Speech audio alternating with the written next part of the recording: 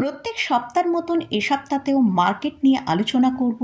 এ সপ্তাহে মার্কেট কীরকম ট্রেড করবে এবং নিফটি, ব্যাংক নিফটির কোথায় স্ট্রং সাপোর্ট রয়েছে, এগুলো নিয়ে ডিটেলসে আলোচনা করব। এছাড়াও একটা স্টক নিয়ে আলোচনা করব, যে স্টকটা লার্জ ক্যাপ ক্যাটাগরির একটা স্টক এবং সেখানে আমরা দেখছি 27%-এরও বেশি ডিক্লাইন এসেছে। তো এই স্টকে এখন কি করা যেতে পারে সেটা নিয়ে আলোচনা করব। তাহলে ভিডিওটা শুরু করা যাক। ভিডিও শুরু করার আগে বলি, চ্যানেলে যদি ফার্স্ট টাইম ভিজিট করে থাকেন তাহলে অবশ্যই চ্যানেলটা সাবস্ক্রাইব করে নেবেন আর পাশে থাকা বেল আইকনটা প্রেস করে রাখবেন। আমি ভিডিও আপলোড করার সাথে সাথে আপনাদের কাছে ভিডিওটা পৌঁছে যাবে। লাস্ট ফ্রাইডেতে নিফটিতে আমরা যেটা দেখলাম যে তার হায়ার লেভেল 23,347 থেকে নিফটির মধ্যে একটা ভালো প্রফিট বুকিং এসেছিল এবং নিফটি 23,050কে সাপোর্ট নিয়ে 23,092-তে ক্লোজ দিয়েছে। তো আমরা নিফটির মধ্যে দেখতে পাচ্ছি, যদি লাস্ট 4টে ট্রেডিং সেশনকে দেখি সেখানে আমরা দেখছি নিফটি একটা রেঞ্জের মধ্যে ট্রেড করছে। এ সপ্তাহে যদি নিফটি যেদিকে রেঞ্জকে ব্রেক করবে সেদিকেই কিন্তু একটা বড় মুভ আসার সম্ভাবনা রয়েছে। নিফটির লোয়ার টপ এবং লোয়ার বটম তৈরি করতে করতে যাচ্ছে। আমরা দেখতে পাচ্ছি যে নিফটির মধ্যে যখনই একটা আপ মুভ আসছে সেখানে কিন্তু এফআইসরা তাদের সেলিংয়ের পরিমাণ বাড়িয়ে দিচ্ছে। এছাড়াও আমরা দেখতে পাচ্ছি কোয়ার্টার 3 আর্নিংয়ের রেজাল্ট খারাপ আসার জন্য মার্কেটের মধ্যে সেলিংয়ের প্রেশার বাড়ছে। তো সামনে যে উইকটা আসছে সেটা বাজেটের উইক, তাই বাজেটে যদি কোনো গুড নিউজ আসে তবেই হয়তো আমরা মার্কেটের মধ্যে এই কারেকশানটা বন্ধ হতে দেখতে পারি। তবে কোনো ছোটোখাটো নিউজ আসলে সেটাই হবে না। মার্কেটে যদি ট্যাক্স রিলেটেড, যেমন ইনকাম ট্যাক্স রিলেটেড যদি কোনো ভালো ছাড়ের খবর মার্কেটে আসে তবেই হয়তো মার্কেট এখান থেকে ঘুরতে পারে। তো নিফটি এখন যে রেঞ্জের মধ্যে কাজ করছে সেটা হচ্ছে ওপরের দিকে 23,350 থেকে 23,400 আর নিচের দিকে 23,000 থেকে 22,975। যদি এ সপ্তাহে নিফটি 23,400কে ব্রেক করে ওপরের দিকে ট্রেড করে তাহলে আমরা নিফটিকে 23,450 থেকে 23,500 পর্যন্ত ওপরের দিকে মুভ করতে দেখতে পারি। আর যদি কোনো কারণে নিফটি 22,950কে ব্রেক করে নিচে আসে তাহলে আমরা নিফটিকে 22,800 পর্যন্ত নিচে আসতে দেখতে পারি। তো এখন নিফটির জন্য যেটা স্ট্রং সাপোর্টের কাজ করছে সেটা হচ্ছে 22,975। এবারে আসছি মানডেতে মার্কেট কীরকম ওপেন হতে পারে। তো তার আগে আমরা একবার ইউএস মার্কেটের দিকে ফোকাস করব। লাস্ট ফ্রাইডেতে আমরা দেখেছি ডাউন জোন 140 পয়েন্ট নিচে, ন্যাসড্যাক 99 পয়েন্ট নিচে ক্লোজ দিয়েছে। তো মানডেতে আমাদের মার্কেট হয়তো একটা ফ্ল্যাট টু নেগেটিভে ওপেন হতে পারে। নিফটি হয়তো 23,040 থেকে 23,050 এর কাছাকাছি ওপেন হতে পারে।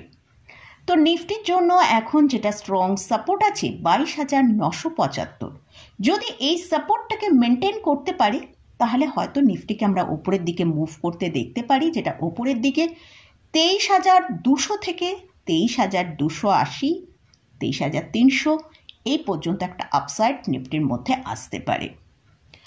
আর যদি নিফটি এই 22,950-এর নিচে ট্রেড করতে শুরু করে তাহলে নিচের দিকে আমরা 22,900 থেকে 22,850 পর্যন্ত নিচের দিকে আসতে দেখতে পারি মানডেতে।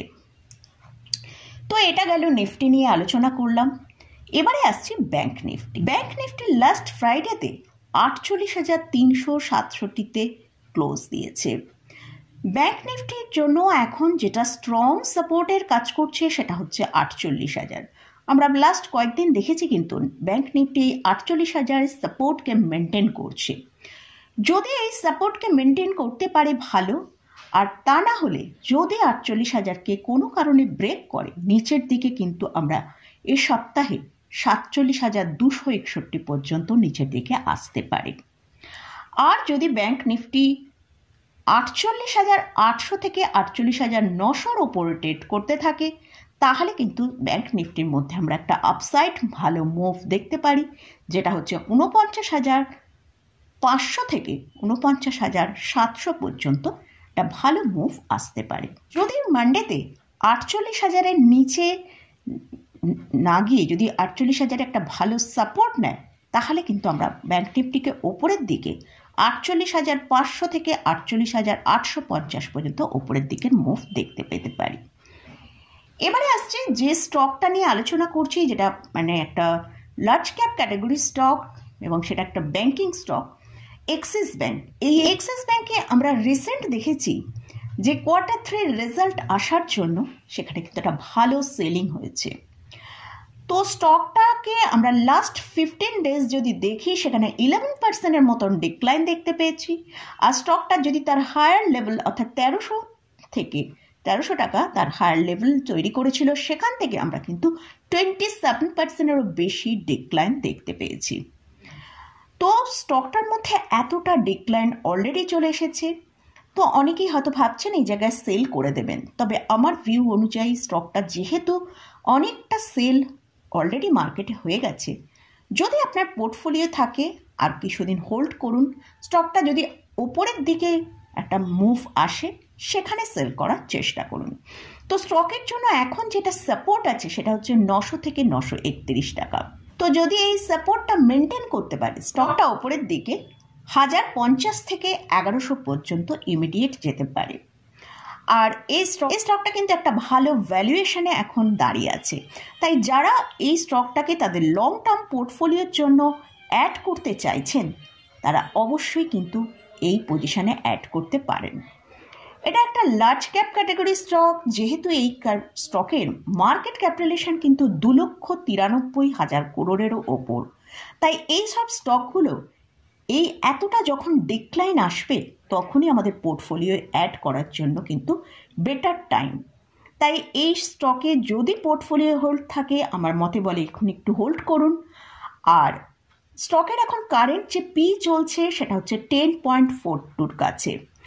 এই কোম্পানিতে এফআইএস এবং ডিআইএসদের 80%-এরও বেশি হোল্ডিং রয়েছে।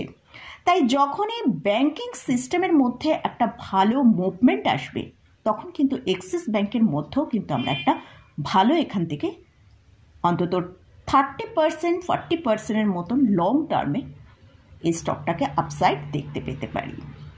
তো এই স্টক এবং ইন্ডেক্স নিয়ে আলোচনা করলাম। এই স্টক বা ইন্ডেক্স কোনো রকম কোনো রেকমেন্ডেশন নেই। যদি এই স্টকে বা ইন্ডেক্সে কোথাও কোনো পজিশন নিতে চান, তার আগে ভালো করে চার্ট অ্যানালিসিস করে নিয়ে তারপর পজিশন নেবেন। তো মোটামুটি আজকের মতন ভিডিওটা এখানেই শেষ করছি। ভিডিওটা যদি ভালো লাগে অবশ্যই লাইক করবেন, শেয়ার করবেন, সাবস্ক্রাইব করবেন। ধন্যবাদ।